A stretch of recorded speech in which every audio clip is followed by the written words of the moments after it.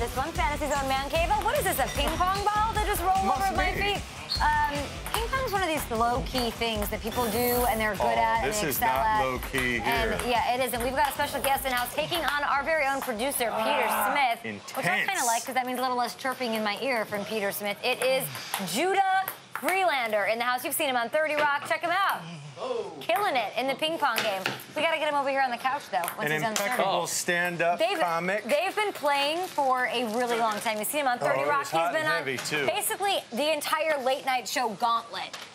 And we're happy to have you. Greetings. Thanks for coming, Judah. Well done. Let's talk about this love of ping pong, because I feel like it's something... Are you breathy right now a little bit from that? No, my lungs just feel really good. Yeah, I like that. You've opened up. Yeah.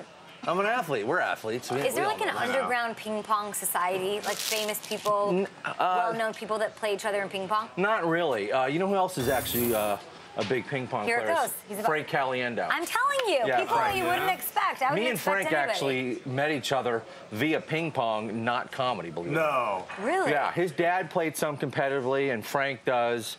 And were you competitive? Well, you played competitively? played as a child competitively, correct? How does that? How do you do that? I mean, well, they have it. It's called USATT.org, the United States Table Tennis Association. Really? So, yeah, they're on every state. So you just gotta. They really got. It's like a sport. It's not like a hobby. It's a sport. Do you have your own gear? Like, did you come this is in my here own. Oh, it is? You brought your own? Yeah, the way you buy a paddle is you basically. Well, this has been used up a little bit. But basically, you buy the wooden blade, and then you buy the sheets of rubber separately, and then you glue it together. Yeah. Oh, really? Wow. Yeah, so I have, this is called medium paddle? pips on this side, and this is smooth, which is very fast and spinny. And this gives you a little bit more of like a knuckleball effect.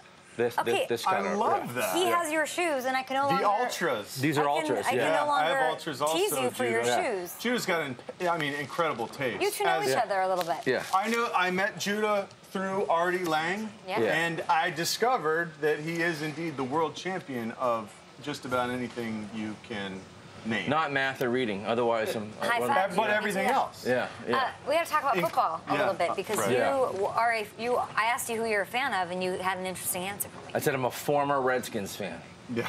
I'm done. You're retired. You can't stand the owner. After such a long laundry list of things, like what was the actual thing that broke There were three things. Okay. I've always hated the owner. Can't stand him. I think they'll never be good with him. Okay. And just there's constant chaos. There's constant controversy where there should never even have it.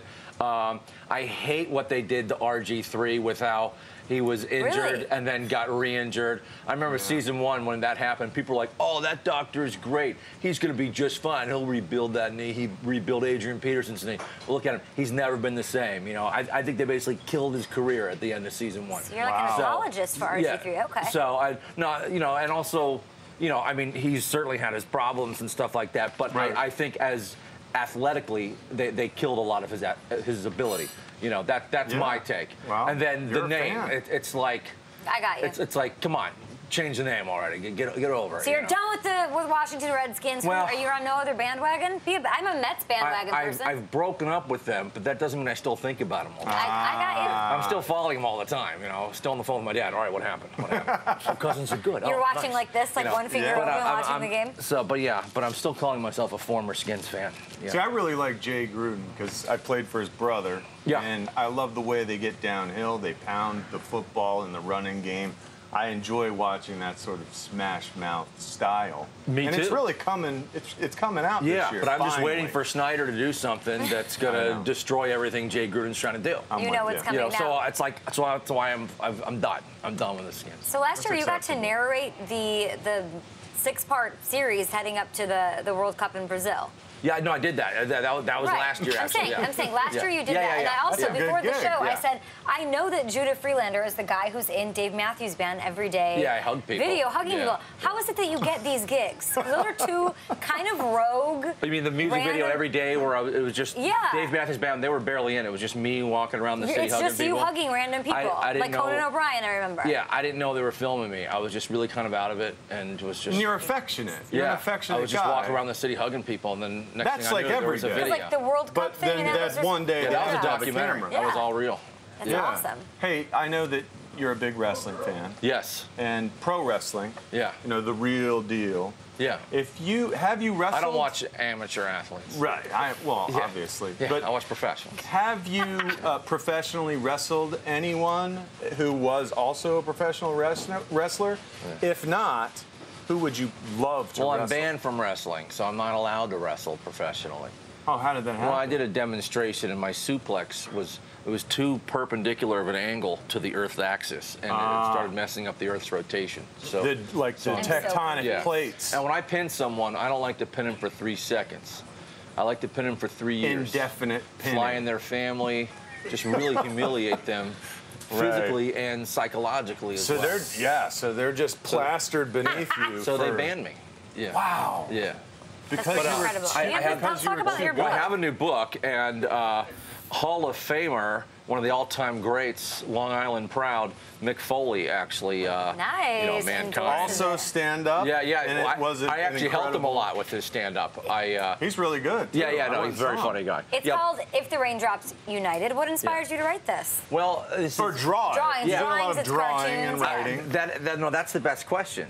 Because like, what inspired me to write it was, I'll just do drawings. It's a picture is worth 1,000 words. So that book is about 1 billion So that's like a Bible. It's about 1 billion words. Right.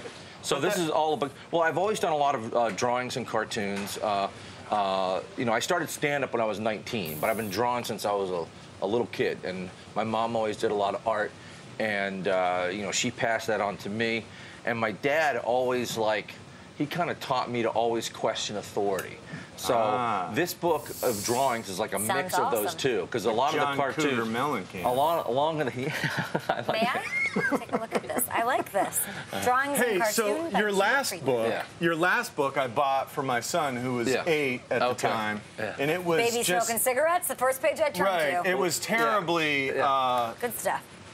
It was not appropriate for my 8-year-old at that time. Well, it depends what kind of parent you are. Well, now he's 10. Yeah. So I think he's ready. But is this more of a family book, or is this? This is an adult book. Some of the books are okay for kids, but a lot of it is just because my last book was basically a photo book. It was a jokes and photos. It was a photo joke hilarious book. This is basically drawings and jokes. It's an adult book. There are certain, I'd say, the book is 90%. That's awesome. That really is awesome. Cool. I like that. It's 95% straight up comedy.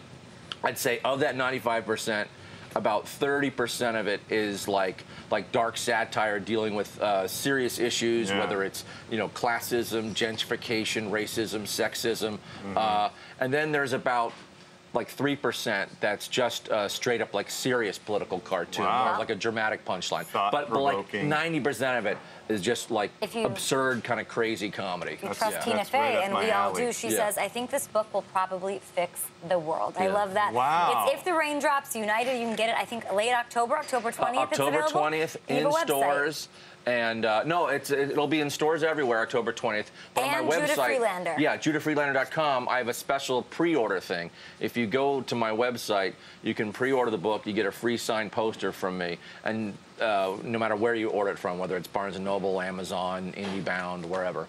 And then I'm doing a book and stand-up tour. Of the book? No, I think I gave this to you guys. Oh. It's mine. Sorry. Yeah. We'll play ping pong you're doing a book tour? I'm doing a book tour and a stand-up tour, and some events I'm just doing I'll be doing a presentation, like a slideshow PowerPoint presentation of drawings in the bookstore, and then I'll be doing a Q&A and then a signing, and then I'm doing some events where I'm doing a headlining stand-up set, and then at the end of the show, everyone also gets a signed copy of the book. So it's like a two-for-one. So it's like a two-for-one. I've seen Judah. You saw me in hometown. I've never seen you live in person, unfortunately, but I've seen you on every late night show. Jimmy Fallon, as nice as he appears? Yeah, nicest guy. I want to believe he's mean behind the scenes, but I can't get anybody to say it. Haven't seen it. All right, haven't seen it. Judah Friedlander, ping pong aficionado, and an author and cartoonist and comedian and the awesome world guy. champ. World champ. Let's face it, we're winners, guys. I think we're sending it to Thank you. I want a picture of the three of us, too. All right, Red Hot American Summer, Judah Friedlander. This is what we call a quadruple banger in the business. Here's Phillip Rivers moments ago to Dontrell Inman. Wasn't that Jude Law's character from Cold Mountain? Just hear Nicole Kidman yelling, Edmund, Edmund. 68 yards down to the 1. That would set this up. Philip Rivers to John Phillips, who I believe designed Hans Gruber's suits in Die Hard. John Phillips, I have 3 of them myself. Nice suit. Make it 333 and 3 touchdowns for Rivers, 27-19. Chargers in control. Meanwhile, the Rams, Todd Gurley getting it in gear, accelerates into the secondary. Honey Badger Teron Matthew comes in for the tackle, but not before Gurley goes for 52 yards. Little John at the end. Gurley now at 92 yards rushing, 15 yards receiving for the day. That would set this play up. Tavon Austin. It's going to wind up being his 2nd touchdown of the day, but first we're going to see Gurley again right through the middle.